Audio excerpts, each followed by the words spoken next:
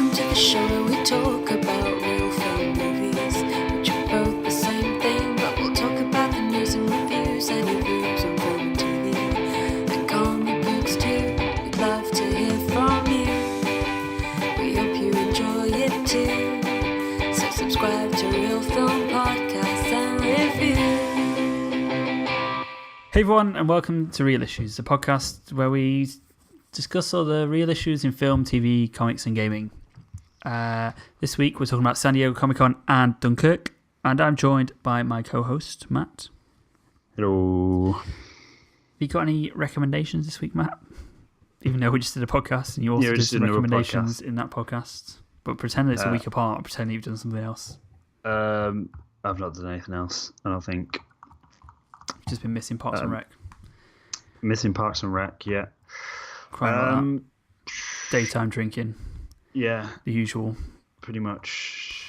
No, just Planet of the Apes. That's what I saw, and we did a podcast on that. So that's my recommendation for this week. Go watch Planet of the Apes. No, I don't. Don't go watch Planet of the Apes. Listen to our podcast about Planet of the Apes. That's my recommendation. And then probably also watch Planet of the Apes.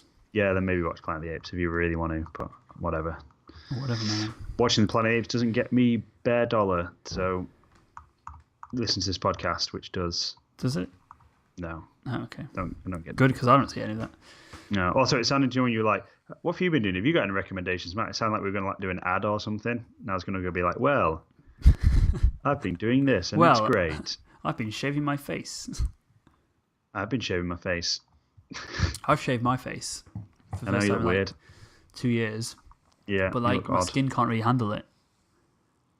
Man up. So it's just come out all like lumpy and red. So I might have to just stop shaving again. Yeah. Cover up your face. It's not great. It's gone really horrible, yeah. I thought it might be better because it's been like 2 weeks now, but it's not. It's getting worse. So it's coming back. You're just a mutant. Yeah, beard's coming back. Yeah. Hashtag. Bring back the beard. Yeah. No one knows what I look like, probably, so it's fine. Yeah, exactly. So it's fine. Have you got any Do I recommendations? sound different? Yeah, you sound like you're gay. Great. So, because only real men have beards, Rob. Like me. You don't have a beard, Matt. Listeners don't know that. They do now. You sound fat as well, apparently, so. Yeah, I know, yeah. I'm a fat bearded man. That's what I sound like. Have you got any recommendations? I watched Logan last night. Again, black and white, though. Oh, was it interesting in black and white? Nah, it's just in black and white, innit? Ambiance? Nah. The film? Just what's the point? Don't know. It looks cool, doesn't it? Does it? Black and white. Kind of, but also, I kind of feel like we've moved to colour films for a reason. Like, what's like next to it? Yeah, it's a silent film. It didn't sort of detract, but it didn't really add either. It was just, yeah. It was just like, okay, because we got it on DVD and we're just like, should we just watch it in black and white to see? Yeah, see what this is about. See what's going on. But it was just the same. Still great film though. Yeah, pretty great film. I need to get it on DVD and watch it again. Yeah, it's good. It's brilliant. Brilliant. I love that film. Maybe quite sad. Pretty sad, yeah. But some of the best films are, Rob. Very deep. So deep. Oh yeah, I'm hosting this. Yeah, you're hosting this. You're driving this forward. You've just ploughed us into a tree. Just stick in reverse. Yeah. I've not got my seatbelt on. I've gone through the windscreen. I'm fucking dead. My corpse. Mangled body. What's been going on in the news? What's been going on in the movie news? Well, that actor you like's done another thing. There's a few more reboots and a sequel too. And that other guy got caught with some cocaine. It's the news. So we thought we'd do a little bit of chat about San Diego Comic-Con because we can't not talk about it because apparently... Have we talked about it before? I don't know. No, well, Hat and I spoke about Ready Player One. Yeah. Did we not talk about anything the week before? No, because we haven't done a podcast for a while. Well, I just remember telling you at some point that I didn't want to watch the Thor trailer. Was that not on here? That was on Facebook. Was it? Okay. Yeah. What do you think about Ready Player One trailer? We spoke about it on episode number 7. Saying we weren't kind of... Oh, you listened. You know what we said. Yeah, I'm not... This trailer does nothing for me at all. Yeah, I was the same. if I didn't know what Ready Player One was, I would just not watch this film. Like, this would not make me want to watch this film at all. It doesn't sum anything up. It doesn't give you what it's about. Doesn't give you a sense of anything at all. And even like having read the book and really liked the book, like what was that whole car bit about? I don't remember a massive the IOI bit. No, that's just like the whole big car chase. Yeah, no idea. I don't really remember that. And I know you guys said as well about the robots. Like, kind of, it was really boring. Yeah, they just look like robots rather than. I think it'd be really cool if they looked like Agent Smith, which I presume was what it was kind of taken from, where it's just the same blank avatar would have been quite cool. Yeah, unless they just didn't want Matrix kind of comparisons is why they've. Yeah, maybe, but it seems quite boring. And also, who's that weird orc character who looks like Azog? I don't know.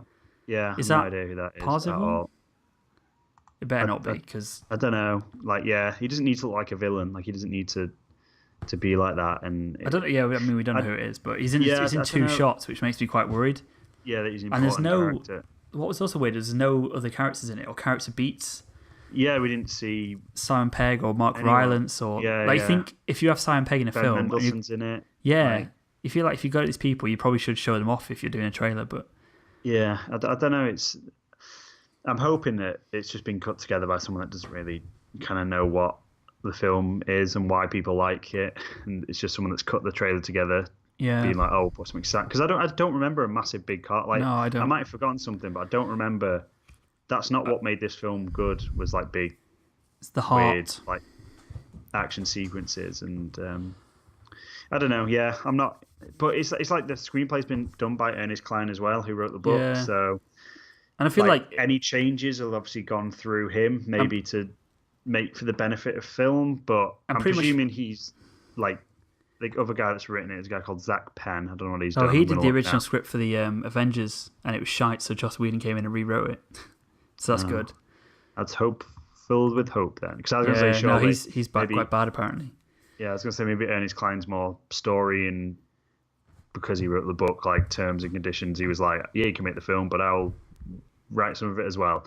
Maybe he's done some of that. And then Zach Penn was kind of doing the bit more of the actual screenwriting, but because God knows Ernest Cline needs a bit of help with his dialogue. Because it works in a book, it's not going to work in a film. George Lucas is bad in it. Yeah. What was weird was that this is obviously like most of the book is not ripped off from Spielberg, but a lot of it is Spielberg based, and this is directed by Spielberg, and it didn't feel at all very Spielbergy. No, it felt. He also wrote The Incredible Hulk. Michael Bay. Yeah, it did. It did feel Michael Bay. And X-Men: Last Stand. You're X-Men 2 though. Yeah, and Elektra. This is not looking good, is it? No, oh dear. Karate Kid 2 screenplay announced. Karate Kid 2, great. Yeah, okay. Great film. Yeah, worried about that. I was really excited when Spielberg was announced as well, because he's. Yeah. I mean, obviously, the whole book is a Spielberg kind of book. That's how it feels. Yeah. But yeah, we spoke about it quite a lot last week. But yeah, we're not. Yeah. Overly excited by it. We'll wait for another trailer and then. Yeah, I think once we see some character beats, it'll be quite nice. But yeah, we'll see. See some interaction and stuff, but who knows? Okay, Justice League. Oh wait, apparently he's doing the story for the Suicide Squad sequel. Yeah, I saw that as well. DC's ever going thing of bringing in talented voices. That's harsh. It's true though. Speaking of DC, Matt. Yeah. There was a Justice League panel at San Diego Comic-Con. There was. I didn't listen to any of the panel. But... No, I didn't either. Did you listen to the Ben Affleck stuff, though? You know, there's always been all these rumours that either one... I don't know whether it's one, Ben Affleck wants to leave, or two, Warner Brothers want Ben Affleck out. Yeah. But either way, Warner Brothers are apparently trying to find a way of getting Affleck out, which seems... Will be Nightwing, surely. Bizarre to me to even think about getting the best character out. Yeah, he's the best part just cocking around with the best character they've got, the most popular character they've got, and to dick around with him just seems like a total to shoot. Well, I mean, it's DC, so they're going to shoot themselves in the foot, but yeah, exactly. Yeah, and he was like the one, like everyone who hated Batman v Superman said Ben Affleck was the one redeeming thing that they actually liked about him. Yeah, that they liked. Yeah. Why? But yeah. So that happened, and everyone was upset about it. But Ben Affleck went a bit kind of, I fucking love Batman, man. Fucking be an ape for Matt Reeves. And I get to be his Batman. Batman's the best role. Went all kind of... yeah. Which I don't know if that's encouraging or not. Like, I think it kind of... Because he's looked very enthusiastic for a while, so maybe... Good. I don't know, because I'm maybe always sort of like... Maybe he's stopped drinking now, so he's a bit happier anyway. Yeah. And so it's like, if you... Like, I know you're contracted to this stuff, but you're not contracted to say how like amazing it is and how much you want to be part of it. So... Yeah. I don't know. I'm going to hope that he's on board still, because as soon as an actor like loses, interest like that, generally it's just, it's gone, isn't it? It's finished. It's done. Like there's no point in them carrying on with that after they've lost that interest. So hopefully he's still on board and still interested in it all. It's just really sad that he didn't get to write and direct his own kind of vision of that. Yeah. For one way or another, whatever happened there. Yeah, I don't know where it was, like his kind of rehab stuff, but yeah, who knows? Matt Reeves is a good pair of hands, I guess. Yeah, Matt Reeves is good. Listened to our episode last week. Spoke about it in detail. Yeah. But there was a trailer, a 4-minute long trailer, 4 minutes of footage. 4 minutes is so long. Somehow they still managed to not divulge the whole plot. Say anything. Which is good, because Batman v Superman gave away everything. I mean, there's still time for them to ruin it. Yeah, they will. They'll definitely ruin it. They've kind of learnt for that in one respect. But did you like it? Good? No, I hated it. Yeah. I wasn't. People are going like, what a trailer. Oh my God, it looks so cool. And like, I just stood in the corner on Twitter on my own, just like, does it look... No, look. It doesn't look like they've learned anything from Batman v Superman. No, I'm like rewatching it all now. I'm just like, this all looks bad. Looks real bad. I mean, why is there so much CGI? Why is everything CGI? Paradigms don't exist in real life, Matt.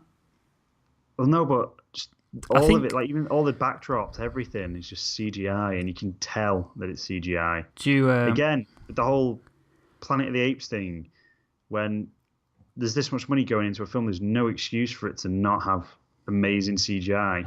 And if you've not got good CGI, don't put it in the trailer yet. Yeah, exactly. If the CGI shit, don't put it in the trailer. Put character beats in. Do us a 2-minute trailer and give us character beats. I think that's the problem, though, isn't it? That it's There's all no on green beats. screens. Yeah. No, it's all on green screen, so there aren't any physical, like, set pieces to put in of them talking and stuff. It's all just like... We'll probably talk about the advantage of using set pieces on our film review later on. So all the backdrops look crap because they're all green screened. But I think you can already see some of Joss Whedon's... I don't know if these jokes are already in there, but there's a few bits that do seem quite Whedon-y. Like the Flash, all the Flash stuff basically, I think looks quite good. Yeah. Whereas like you guys keep talking about fighting, I just run up to people and push them, and run away. It's like that's such a cool like. And I spoke about Buffy as well in the last episode. That's kind of what makes Buffy so great. Is that kind of like his kind of jokes kind of just cut through the bullshit. Yeah, they're just kind of like exactly. This is a normal person acting in a normal way in a stupid situation. And that's what makes Buffy so great, is that kind of dialogue. And that's what Joss Whedon is like phenomenal at, is that like Age of Ultron as a film is like a total mess. But I love watching that film just because of like the character interactions that Whedon's written in that. Yeah. Well, it's like the bit in the trailer as well where Gordon's on the roof and he turns around and everyone's gone but Flash, and he's just like, yeah, they do that. And it's really rude. Yeah. Yeah, see you later. Bye.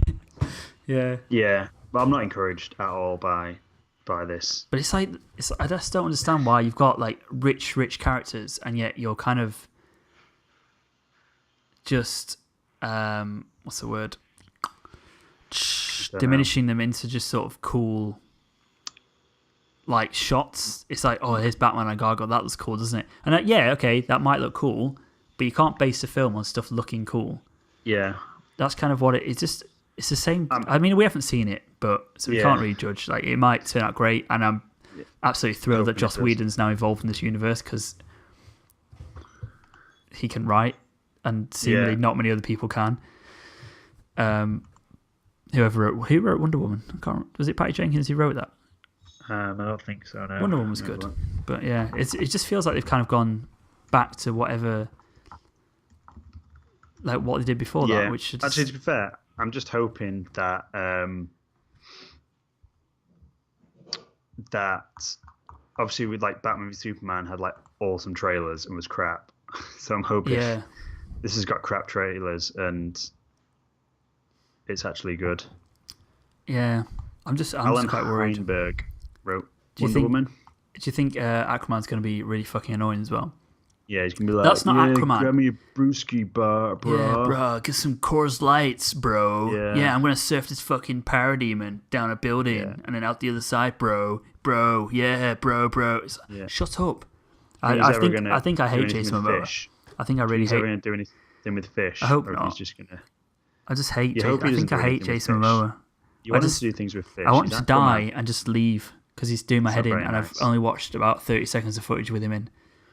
It's not very nice. He's not Aquaman. He's just playing a bro. Yeah. He's playing a surfer bro. It's like, oh, this guy's in water, so let's just make him like surfer bro. Surfer. It's like, why have you done that? I just don't understand this characterization of him at all. Like, he might be different in the film, but why you? I don't know. He's been like put across like that. I know that's Jason Momoa is that sort of guy, and if he wants to be that sort of guy, fine, whatever. I don't care. But why aren't you writing Aquaman as a character? Why are you just letting Jason Momoa be Jason Momoa? Like, I don't really see I've not read an awful lot of Aquaman, but the Aquaman I have read is he seems like quite a straight up kind of serious kind of guy, serious, and I kind of appreciate. Like, you could even do it like Thor style, where if you want to do it comedically, you do it like a serious guy, but you play it really deadpan. Yeah, everyone else is like, what's going on? Like Drax and stuff. Yeah, like I don't think you really need him to be a bro. Like, it's making me quite upset. I was watching it thinking, I was really excited for the trailer, and then was like, and then it turns out I was like, that was bad, wasn't it? And she's like, yeah, it wasn't. It wasn't bad. Good. But like, again, like, why are there no? I just don't understand this like thing where people don't like character beats. I don't know. And it's just like, there's really the line I hate. There aren't any in the film. The line I hate as well from Wonder Woman is where she says like, they said the time of heroes had passed. It's like, who said that? Who's ever said that? No one said that. Shut up. That's never been said by any person ever. Yeah, what's the thing with Batman's like, Superman was a beacon for mankind. I'm like, you're trying to kill him 5 minutes ago. Yeah. Like, I love this. That's what really annoyed me is they tried to build up Superman as this like iconic beacon of hope when they spent 2 films making him an absolute prick. Yeah. And now we're like going to pretend that we idolized him. It's like, I watched Batman v Superman again because we're doing a little thing about it. Watched the other night. It's like, he's just. I know, like, I kind of get that you kind of do this grounded approach with it, but you can't retroactively make him this beacon of hope that you've kind of torn down. You can't do that. Exactly. There you go. It might be all right. It might not. It's out on the same day as my wedding, so maybe we'll see. We'll probably watch it after that. Yeah. But yeah, I just really want it to be good because I really like these characters. Yeah, but and I kind of people like good. It's annoying because people keep kind of referring to you as like a hater of or you're not a real fan. It's like, I am a real fan. That's why I care. Yeah, that's why I care about this that I'm seeing. And people are real fans and they do like it, and that's fair enough. Whatever, if you like it, that's your thing. But this is why it's kind of hurting me, Matt. Yeah, hurting you on the inside. Him on the inside, same with deep. So deep. Thor trailer over to Marvel, and this is annoying because you kind of always have to make Marvel DC comparisons because they are the masters at these comic book films. And I did this the other day where someone said, "Have you seen the news that Wonder Woman's being pushed for Oscars?" Why is that a thing? Because it's directed by a woman. Exactly. So someone on Twitter kind of put this on saying, "This is happening. Why is this happening?" I mean, it was a good film, but it wasn't groundbreaking in any way. Yeah, it wasn't at all. And the 2 reasons are, one, it's woman based, and 2, it's a decent film from DC, which is why it's kind of being overhyped. Yeah. But I was saying, like, thinking about it, it's Wonder Woman's not better than Iron Man 1. No, it's not. It's nothing artistically. I mean, I know it's got a woman in it, and that's great for progressiveness. That's really good. But that doesn't make it artistically a better piece of work than Iron Man 1. It's the same thing. Marvel have been doing this for 10 years, and DC have copped it up about 3 times and have only just got to that level. And it's impossible not to kind of compare them. Yeah, it's kind of coincidental that they got it right with a woman. Like, it's not because she is, like, Patty Jenkins maybe is a good director, I don't know, but it just happens that this one's good and it's directed by a woman.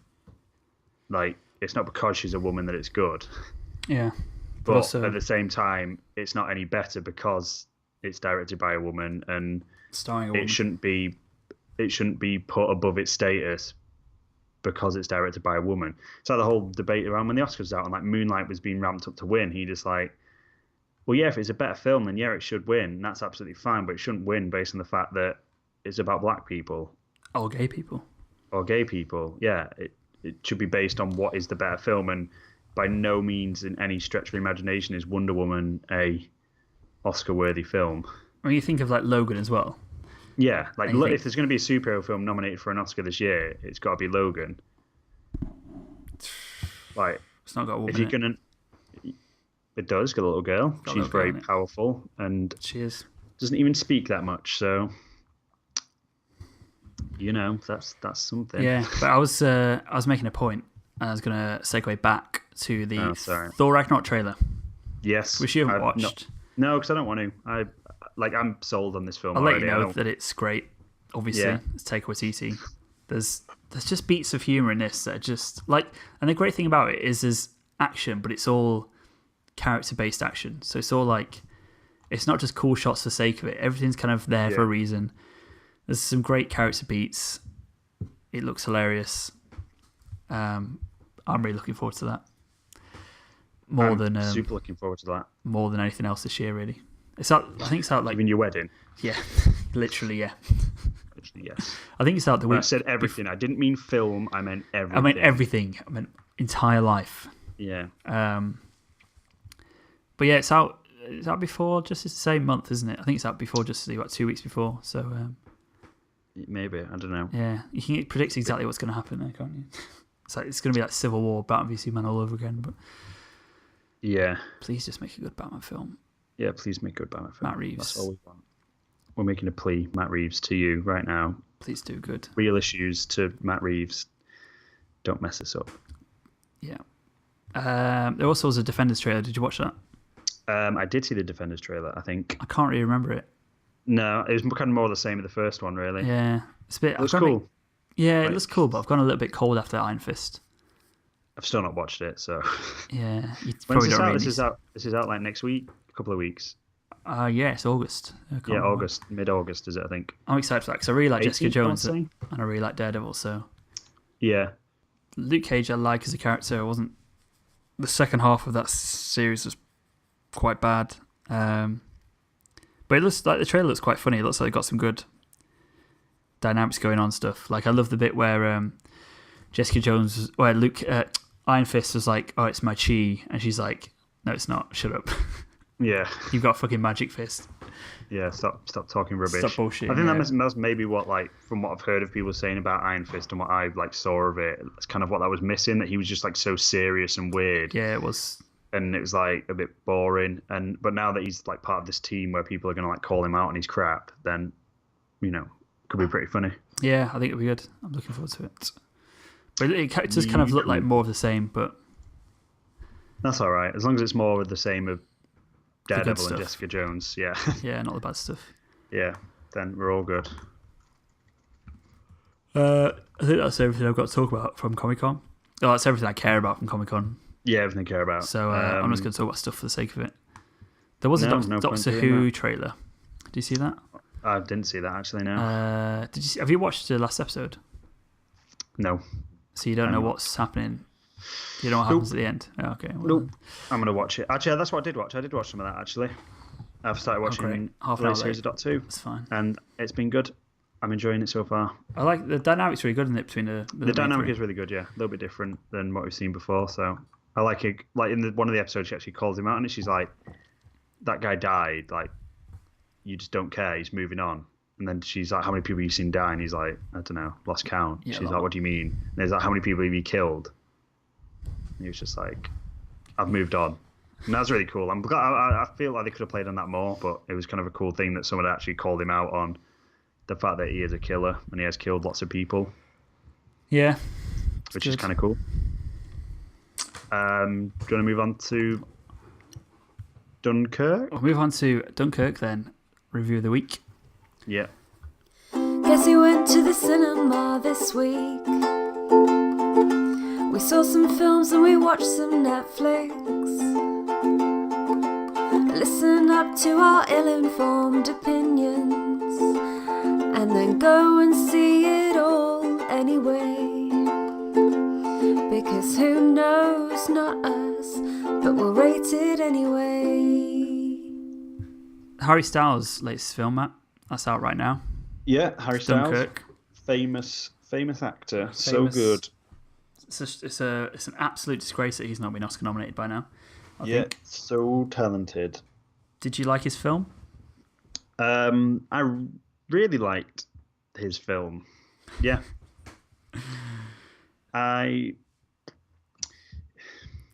It's a hard one to sum up. Let's do non-spoilers. Yeah, I don't think I would watch this on a TV in my living room. Bold claim. I feel this is very much almost like an experience over. It's more atmosphere than story and character. For me, like what resonated a lot was the tension and the kind of way that it made you feel, especially watching it in IMAX. Which, if anyone, pay the extra.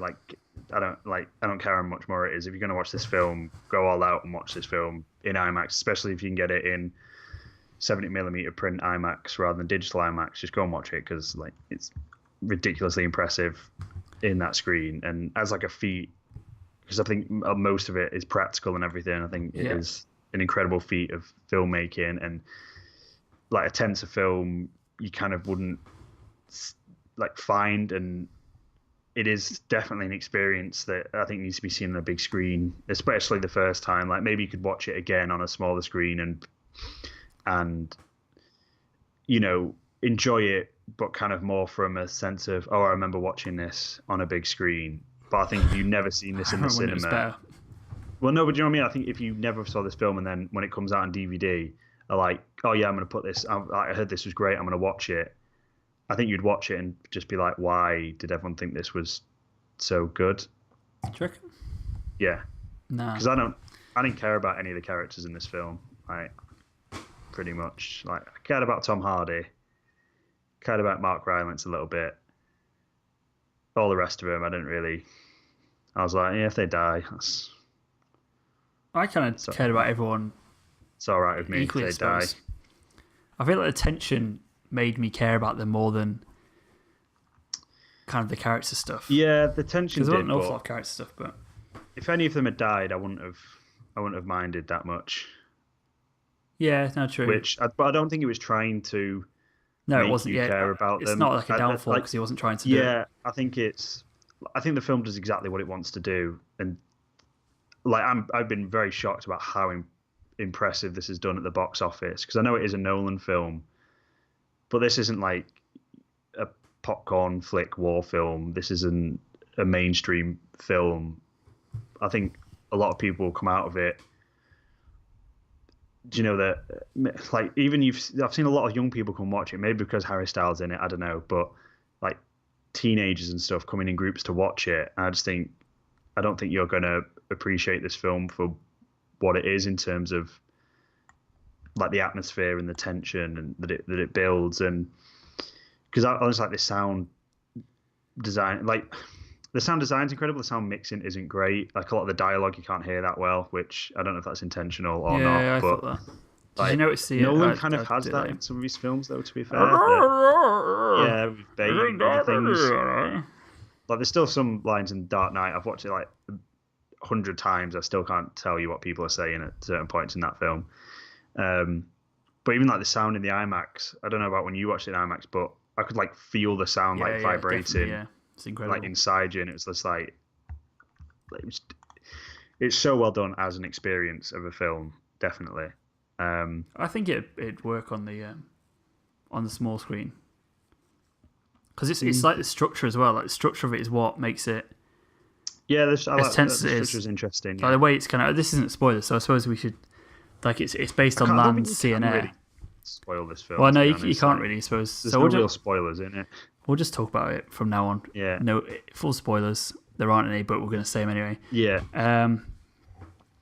So it's land, which is a week, and air, which is C, which is a day, and Day. air, which is an hour. An hour, yeah. And they're kind of all like woven together quite massively, really. Really well. I mean, like before this film came out, I was like, how's Nolan gonna Make this take Nolan. a historical event that everybody knows about and has very like set historical fact and turn it into a Nolan film that has like a twist and stuff? And that's how, like, cutting these three storylines together and showing how they intertwine and everything, which is really impressive. Like, So clever. really cool, and like did just keep you on the edge of your seat like completely throughout the whole film. It's just the feat of it is incredible, and especially to shoot it all, which I don't understand. Like, I thought all this film was shot in IMAX, and I've heard in like 70mm film, and I've heard afterwards that it's all shot in 70mm film. But then for some reason, occasionally the aspect ratio in the IMAX I was watching it would change just like one shot. Cockpit like, scenes, because you can't fit an IMAX camera in there. No, not some of the cockpit scenes weren't. It was some of the ones on the like pier bit with Kenneth Branagh and stuff, and it would just change to like the normal aspect ratio of a film for like a shot, and then go back to IMAX again. And it felt really weird. And I thought I don't at notice first, that.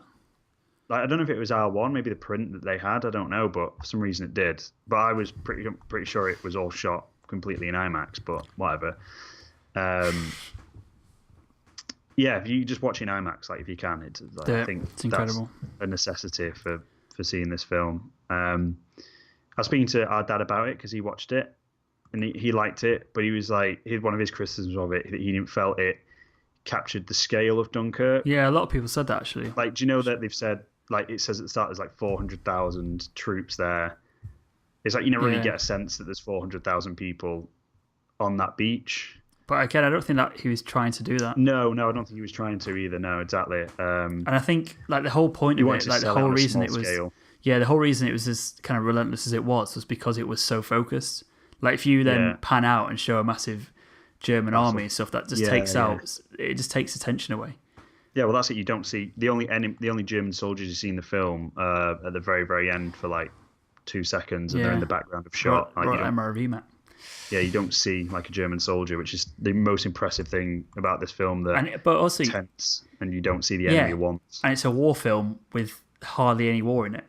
Yeah. There's no like, it's not like it kind of puts like films like, I think it puts films like Hacksaw Ridge kind of to shame really, because it's just Hacksaw Ridge kind of relies on kind of that shock factor of all these people are dead. Whereas I think Dunkirk gets a message of war across a hell of a lot better without hardly shedding any blood at all.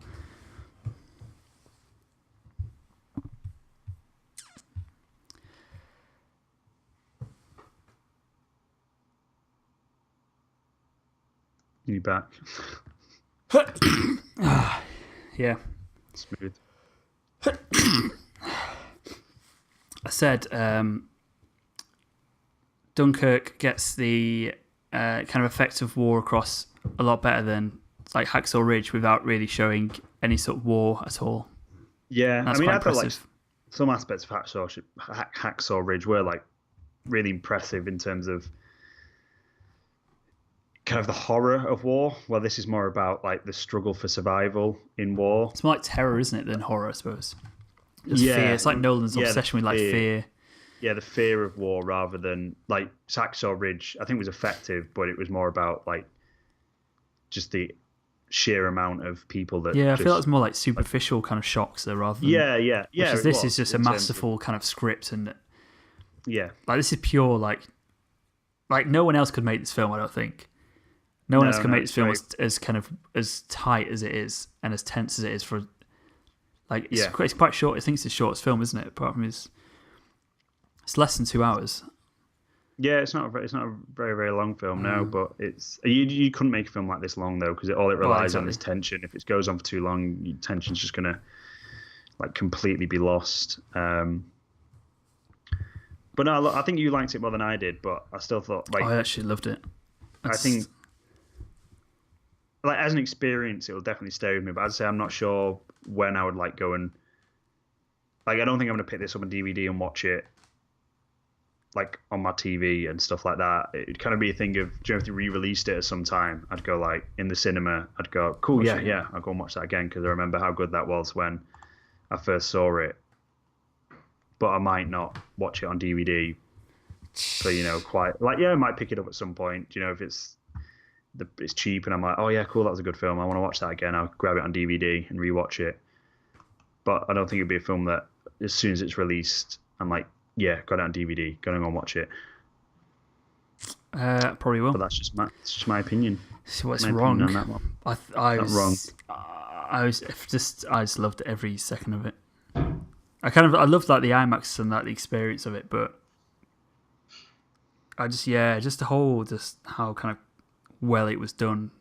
I could appreciate that. Yeah. I think on any screen really. I know like the characters weren't like particularly well developed, but I think almost that would have taken kind of away from it almost. Because if you kind of start putting in like scenes where people talk about, oh, my mom's back home and she's... Yeah, no, I don't think you needed that. It's just kind of like Harry Styles is the character that talks the most in this film, and I'm like, he's talking well too much. Like, it was kind of like it was so silent for so long, and then suddenly it was just like Harry Styles getting angry about things. I'm like, this doesn't feel... Like, that's one of the only parts I didn't like about this film was when... Harry Styles, jeez. He got...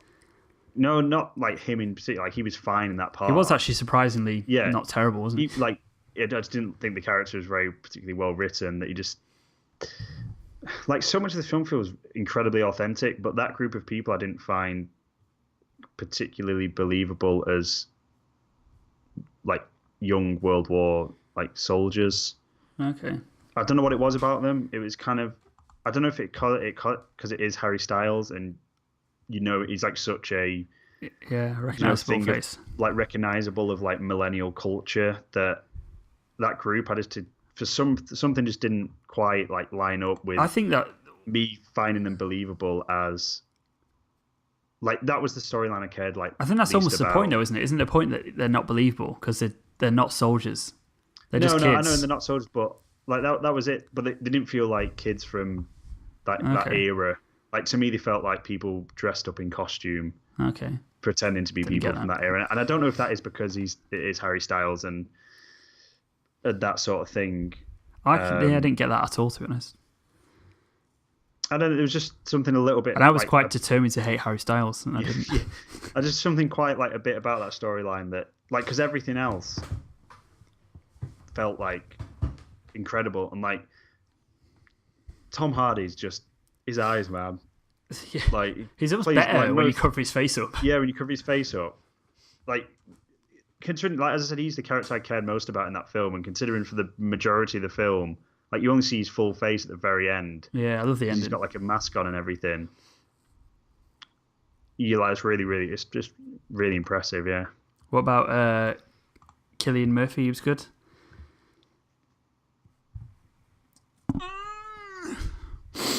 You're back. Yeah, I'm back. What about Cillian Murphy? He was good, wasn't he?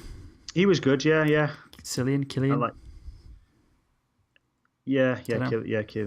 Murphy. Yeah, he was good. Criteria for being in a Nolan film: 1, Tom Hardy; 2, Cillian Murphy. Yeah, 3, Hans Zimmer. Yeah, it's all good. The score was really good, actually. The score was awesome. The score was incredible. No, I liked his character and liked that you kind of meet him when he's kind of shell shocked and scared and everything. That sort of flashes back to him being a bit of an idiot. Yeah, that's really cool. I think it had a nice balance between people being selfish and just wanting to do anything that they could to get home because they were absolutely terrified, and people being genuinely good people and being like, I want to get any man I can out of this situation because it's so horrendous. But at the same time, some characters weren't willing to risk their own safety and their own lives and their own chance to get home to help someone else. I thought that was kind of interesting because you can just imagine that's exactly what it was like. Because I know, obviously, like you shouldn't. It's hard to speak ill of people that fought in World War One and World War II. Feels like you're about to. But there was bound to be some horrible, selfish people that were soldiers there because there were. I'd probably be one of them. To be honest. There would have been tens of millions of them. So some of them will have been horrible, horrible people that enjoyed the killing and enjoyed the that like that they got to go around and fire guns at Nazis and stuff, and some of them will have been to kill Nazis. Yeah, some of them will have been horrible, selfish people that would have done anything to get off that beach. So I kind of like that they didn't shy away from that either. Yeah, that's good. That they weren't, just going, all these people are heroes and they're all victims, and we need to save every last one of them. And like there was also that bit of a grey area of like the main character, the ones that I was saying maybe didn't particularly sell it for me, where they were pretty much doing anything they could. They were going to sneak on boats. They didn't care what they had to do if they had to push anyone out the way to get home safely. The way that at the start when they pick up the dying guy. Yeah, I just they're not doing it for him. They're doing it for themselves to try and get on that boat. Exactly. That's so well done as well. There's no dialogue in that scene, and you know exactly why they're doing it. You know exactly what's going on. Yeah, it's so well done that you look at Saving Private Ryan and Hacksaw Ridge. Yeah. Which are both great films, but you kind of look at them and think there's so much dialogue and exposition here to explain what's going on and why it's happening and who's doing what. And then Nolan does it, and instantly you know exactly what's going on. Yeah. It's just it's just genius, really. Yeah, it is, yeah. Definitely, yeah. It's visual storytelling. Show, don't tell. Yeah, show, don't tell. Exactly, yeah. Old film adage. Show, don't tell. Yeah. I gave it 5 stars in my review. Full 5. The big 5. The big 5. Big 5 stars. It took me ages to write it as well, because I was just sort of... It's a hard film to kind of review, really, because it's kind of... Yeah. It does just feel like one massive set piece. Yeah. It doesn't feel like beginning, middle, end, character arcs, journeys, writing, dialogue. It's it's quite a difficult thing, but yeah. Yeah. I'd say, if you're even a little bit interested, go and watch this now. Don't wait for it to come out on DVD, because... Yeah, I did that with... I know even though you've said you'd watch it again on TV, you'd lose so much of the impact of this film. Yeah, possibly. By there's something to be gained from... obviously I'm a big, supporter of watching things in the cinema, not only because it supports the film industry, but because I do believe it does add a big factor to a lot of films. But this is Marvel films, great to see in the cinema, but you can put that on your TV and still enjoy it pretty much the same amount. This just is, for me, it's got to be watched on a big screen. Yeah, no, it was the first film I splashed out on IMAX in a long time, and it was worth it. It was worth it. The seats are really comfy. I got it for free, so why? Why? Because I'm hooked up. You're hooked up. Yeah. Hooked up to connections. Is this because a company that you work for might have overtaken another company in a specific location that has an IMAX theatre? Yeah, so now I kind of get free IMAX tickets, yeah. What? That's great. I had to pay for mine. Yeah, I got mine for free. I free. paid for a cinema ticket for ages. Yeah, no, I did for Spider-Man Homecoming, but it's all fine. Go and watch Dunkirk. I was about to say Inception then. I watched Inception as well recently, actually. Yeah. At the end, maybe we'll do an episode on the end of Inception. Yeah, maybe we should. It doesn't make sense. It doesn't make sense. It's a great film. It's a great film. I was sat there, I was watching it going, Matt's got a problem with this, and I need to pay attention to how they, and I'm like, oh, okay. It doesn't make sense. It doesn't at all. Which is sad. It really upsets me, because apparently Nolan as well, plans everything out meticulously. Yeah. Unless we've missed something, it doesn't make sense. Yeah, I don't know. I've watched it a few times though, and always been I must have missed something, and never noticed anything new that I feel like I've missed.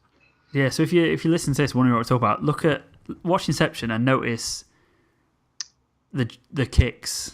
Yeah. The film starts off where the kick is where you are asleep, and that wakes you up from the dream to get you back up. Whereas in the end of Inception, the kick is where you're awake to move you the below where you're asleep.